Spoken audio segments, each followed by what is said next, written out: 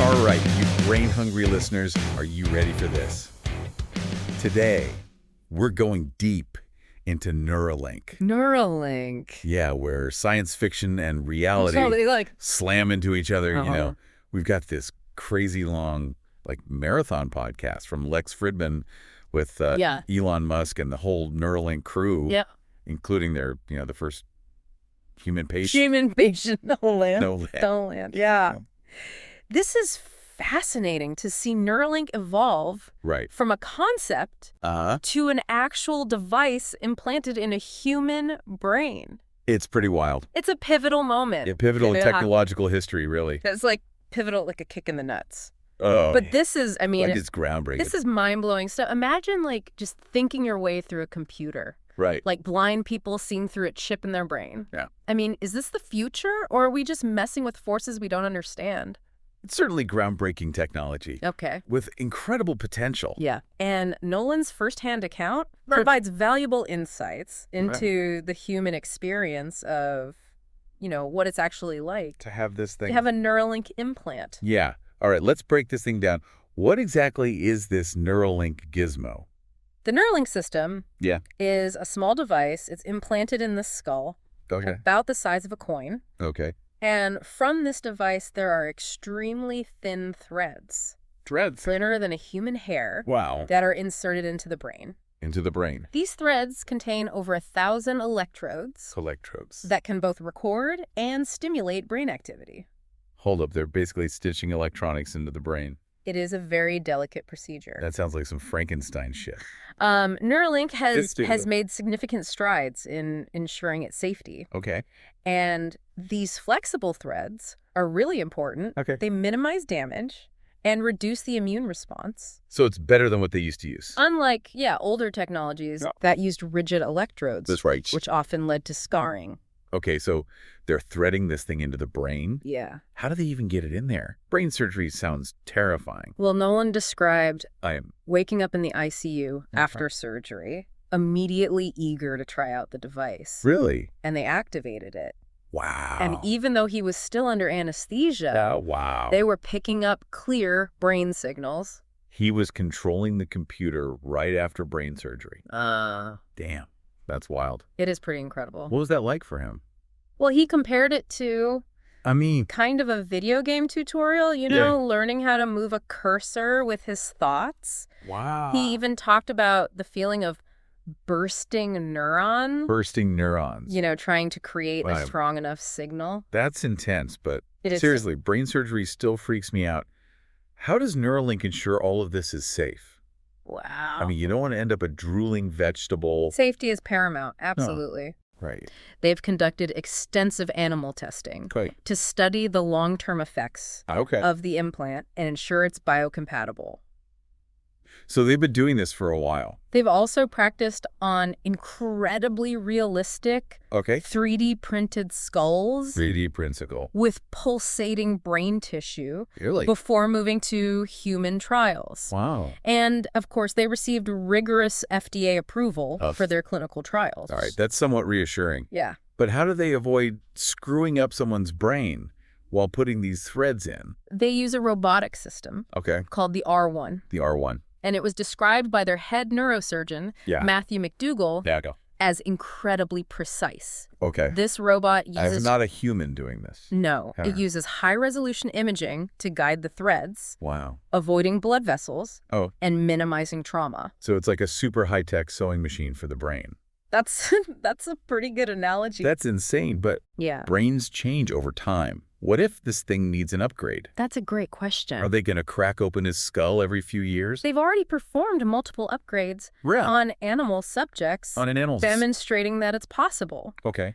And DJ CO, who leads implant development, discussed plans for a modular system. A modular system, okay. Where the threads and the computer unit could be implanted separately, allowing for upgrades without touching the threads. Okay, so they can upgrade the computer without messing with the brain too much. Without having to reaccess the threads. And the threads are the things that are really delicate. Right. Big. They're even exploring ways to insert threads through the dura. The dura. Which is the membrane surrounding the brain. Okay. To minimize scarring. Okay. And make removal less invasive. Wow. That's some forward-thinking stuff. But let's talk about Noland's post-surgery experience. It wasn't all smooth sailing, right? Unfortunately, no. What happened? There was a period where his implant's performance degraded. Oh, no. And his ability to control the cursor became inconsistent. Oh, crap. What went wrong? Did his brain reject the implant? They believe it was a communication issue. A communication issue? The Bluetooth connection. Oh, really? Wasn't stable enough. Seriously? Yeah. Cutting-edge brain implant, and they're tripped up by Bluetooth. It does highlight the importance of continuous improvement in both hardware and software. Oh, right. So they're constantly working to optimize the system's performance. So how do they fix Noland's issues? Well, thankfully. Did he have to go under the knife again? No, they were able to improve his control through software updates and some clever user experience or UX design tricks. Wait, UX design for a brain implant? That's a new one. It's a crucial element. So you're saying, like, even if the brain connection's perfect? Even with a perfect brain connection. Yeah. If you have a clunky or confusing user interface, right, it would render the technology useless. Okay, I get it. Yeah. So what kind of UX magic did they pull to get Noland back on track? They introduced what's called a dwell cursor. A dwell cursor. Which lets Noland hold his focus on a target to trigger a click. Okay. Instead of trying to generate instead of a precise spike. Like clicking the mouse? At the exact moment he wants to click. Yeah. He just has to look at it and hold there. Clever workaround. Yeah. So they're hacking the interface to work with the brain's quirks, huh? In a sense, yes. But even with that, learning to use this thing must take some serious practice. So it's not like picking up a new phone, right? Noland described spending hours practicing to improve his control and speed. Yeah. And he emphasized the importance of what he called attempted movement. Attempted movement. Versus imagined movement. Okay. So actually trying to move his paralyzed hand. So he was like actually trying to move his hand. Rather than just visualizing the movement, generated a stronger and more consistent signal. So his brain is remembering the old pathways even though his body's not playing along? Yeah. Fascinating stuff. But how do they measure his progress? Well, is there a brain-computer interface Olympics going on? It's not quite the Olympics. Okay. But they do have a program called WebGrid. WebGrid. And it's kind of like a video game designed to test. So they're playing video games with brain implants. You could think of it that way. That's a next-level geekery. Yeah. It's designed to test the speed and accuracy of cursor control. So they have to, click targets or something? Where users click on targets that appear randomly on the screen. Okay, hold on. Yeah. This is awesome. Noland's incredibly competitive. Is he really? And has been breaking world records. No way. For bits per second. Bits per second? Which is how they measure. Like download speed? Yeah. Okay. The speed of communication between his brain and the computer. So how fast is he? He's even faster than some of the Neuralink team. All right. Spill the beans. What are his scores and how's he training? Well, he's hit 8.5 bits per second. 8.5. Which is nearly double the previous world record. Wow. His goal is 10. 10? Which is close to the average speed of someone using a mouse. Damn, that's impressive. Yeah. And all this just a few months after getting the implant? Uh-huh. This guy's a machine. He's definitely pushing the boundaries. This is just the beginning, right? This is just the beginning. I mean, Neuralink is going to keep... They're continually refining the system and exploring new possibilities. Yeah. This is mind-blowing stuff. Okay, before we get too carried away with the tech here, let's zoom out and look at the bigger picture. Yeah. What does all this mean for humanity? You mean the ethical and philosophical implications of merging human consciousness with technology? Implanting chips in brains opens a Pandora's box of questions. Right. Where's Neuralink going with this? Yeah. And what impact could it have on us? It's a big question. But we're running out of time for this segment. Indeed. Perhaps we should save that discussion for our next segment. Okay. Yeah. So before we got sidetracked with all of that, we were talking about the future Neuralink is aiming for. Right, and the ethical baggage that comes with it. Right. Yeah, let's face it, sticking chips in people's brains is some serious next-level shit. It's pretty wild. So what's next for Neuralink? What kind of crazy future are they cooking up? Well, one of their most ambitious goals is restoring sight to the blind. Restoring sight to the blind. DJCO talked about stimulating the visual cortex. Okay. Essentially creating artificial vision. So wait, so they're like... By activating the neurons? Bypassing the eyes entirely. Essentially, yes. So you're telling me they can make a blind person see by zapping their brain? That's the goal. That's insane. It's a bold goal. Yeah. With immense potential. Yeah. Imagine, the people who have never seen before. People who were born blind or lost their sight due to injury or disease, right? Being able to see again. No kidding. But how realistic is this? Can you really create a visual experience just by poking the brain with electricity? It's a complex challenge. They're starting with, simple shapes and patterns. Trying to create what are called phosphenes. Phosphenes? Which are... What are those? These little flashes of light you sometimes see when you rub your eyes. Oh, okay. And eventually they hope to create more complex images. Okay. Maybe even real-time video feeds. Whoa, hold on. Directly into the brain. Video feeds straight to the brain. Yeah. That's some Black Mirror shit right there. Yeah. Let's not get ahead of ourselves. Okay. What about more down-to-earth applications? Right. Didn't Noland mention wanting to control his phone and other devices? He did, and that's definitely on their roadmap. That's like... They're already using Bluetooth for communication. Okay. So expanding to other devices is a natural progression. But isn't Bluetooth a bit slow for that? That's true. I mean, wasn't that the issue they had with Noland's implant earlier? Right, and Bliss Chapman, their software-led, talked about improving the speed and bandwidth of data transfer. Okay.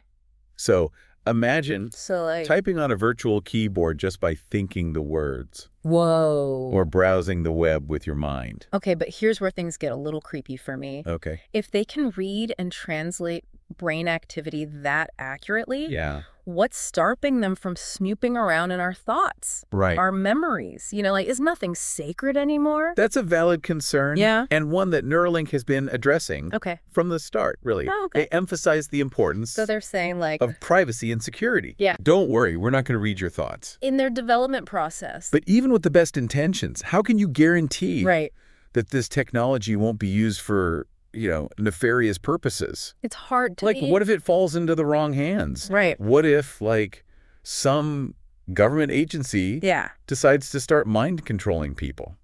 Well, Matthew McDougall, the neurosurgeon, acknowledged that, they're walking a tightrope between pushing the boundaries of innovation and ensuring ethical development. Right.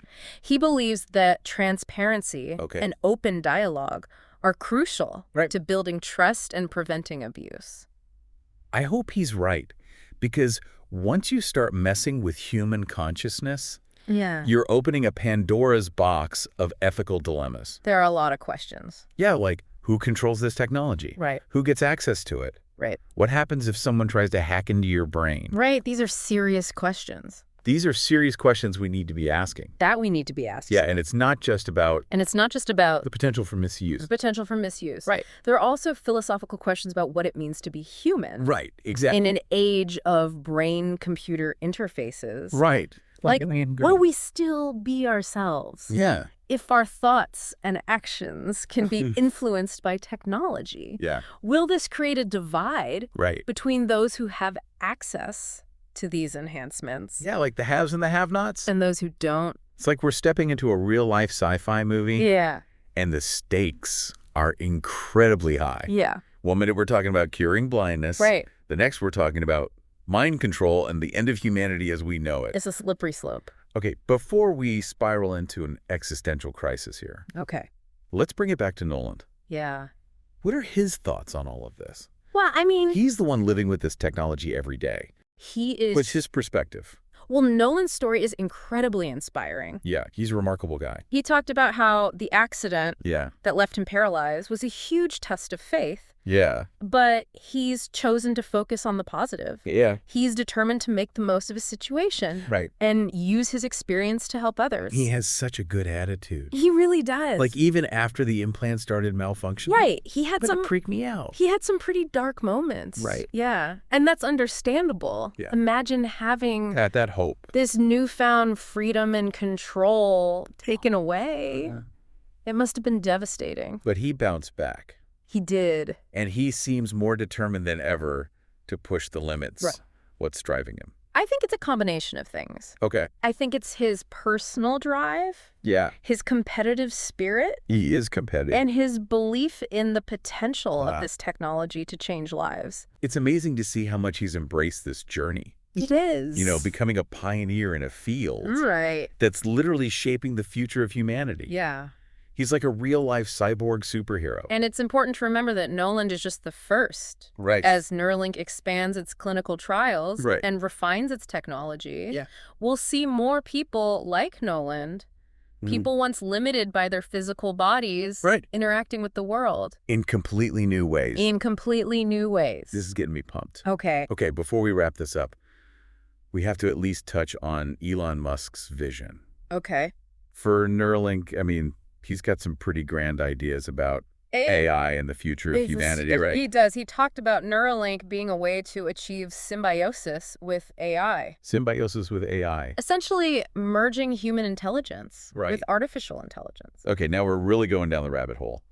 Elon's known for... It's a big idea. Making some outlandish predictions. Yeah. Is he just hyping up the technology, or is there something to this whole merging with AI thing? That's the big question. Yeah. He talked about AI potentially surpassing human intelligence, becoming a super intelligence that could threaten humanity. Right. He sees Neuralink as a way to stay ahead of the curve, allowing humans to keep pace with AI and potentially even control its development. All right, my brain is starting to hurt. It's a lot to take in. I think we're going to need a whole separate deep dive to unpack all that. We probably will. Maybe we'll call it like Elon Musk, genius, or madman. Something like that. Okay. But for now, I think it's enough to acknowledge that Elon is thinking big. Yeah. And he's not afraid to challenge our assumptions. That's for damn sure. About what's possible. Okay, I think it's time to wrap up this segment. Okay. This Neuralink stuff is a wild ride. It is. And we've only scratched the surface. Yeah, we've explored the incredible potential of this technology. Yeah. But we've also uncovered some unsettling questions about its ethical implications and its impact on the future of humanity. Okay, so we've gone deep into the crazy tech of Neuralink. Yeah. But let's be real, implanting chips in people's brains raises some serious ethical red flags. Absolutely. It's crucial to address those concerns. Right. Especially as this technology advances. We can't just ignore the potential consequences. Exactly. But before we dive into that existential abyss, let's go back to Noland for a sec. Yeah. What struck you about his experience? I mean, this guy has a chip in his brain. Yeah. And he's still pushing forward. What's his secret sauce? His resilience is remarkable. It really is. He's faced unimaginable challenges, yet he found purpose and meaning in contributing to this groundbreaking research. Yeah. He's become an advocate for others with disabilities, sharing his story and inspiring hope. It's powerful to see his willingness to be vulnerable, and share his struggles, both physically and mentally. Right.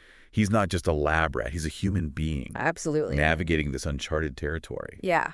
And he's letting us tag along for the ride. And his insights are invaluable. For instance, his preference for attempted movement over imagined movement during calibration. It highlights the importance of user feedback in refining the system, you know?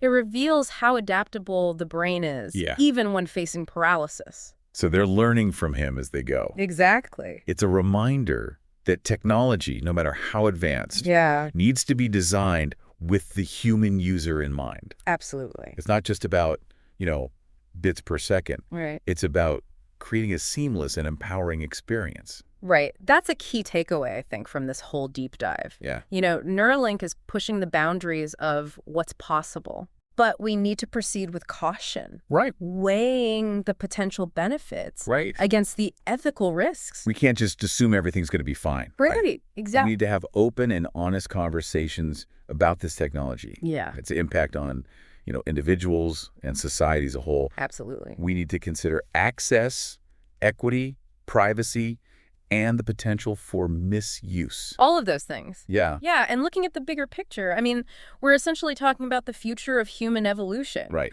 Will Neuralink be a tool for progress and healing? Right. Or will it create new forms of inequality and control? These are huge questions. These are questions we can't afford to ignore. So what does all this mean for you, dear listener? Yeah. Why should you care about brain-computer interfaces. Well, and the future Neuralink is building. I mean, this technology has the potential to revolutionize healthcare, communication, and even our understanding of consciousness. It could alleviate suffering, enhance human capabilities. It can change everything. And unlock possibilities we can barely fathom. It's pretty wild. But it also raises profound questions about who we are and where we're headed as a species. It's like, are we even going to be human anymore? Right. It's a future. I mean, it's a little scary. It is. It's a future filled with both promise and peril. Right. And it's unfolding right before our eyes. And it's happening now. Yeah. We can't just sit back and watch. We need to be part of the conversation. Absolutely. So stay informed, stay engaged, and stay curious. The decisions we make today will shape the world of tomorrow. This isn't just about some fancy gadgets. Right. It's about the future of humanity. Exactly. Well said. And on that note, we've reached the end of our Neuralink deep dive. Yeah. We hope this exploration has been insightful and thought-provoking, and maybe even a little bit mind-blowing. It's a lot to take in. We've covered a lot of ground, from the technical nuts and bolts to the mind-boggling ethical dilemmas. Yeah. We encourage you to keep exploring this topic. Keep asking questions. Absolutely. Share your thoughts. This is a conversation that needs to happen. Yeah. And your voice matters. Don't be a passive observer. Yeah. Be an active participant in shaping the future. As always, thanks for joining us on the deep dive. Yeah. If you enjoyed this episode, don't forget to like, subscribe, and share it with anyone who might be interested in the future of humanity. Yeah. And the incredible potential of the human brain. Yeah. We're all in this together, folks. Until next time, keep diving deep and keep those neurons firing. The future is waiting.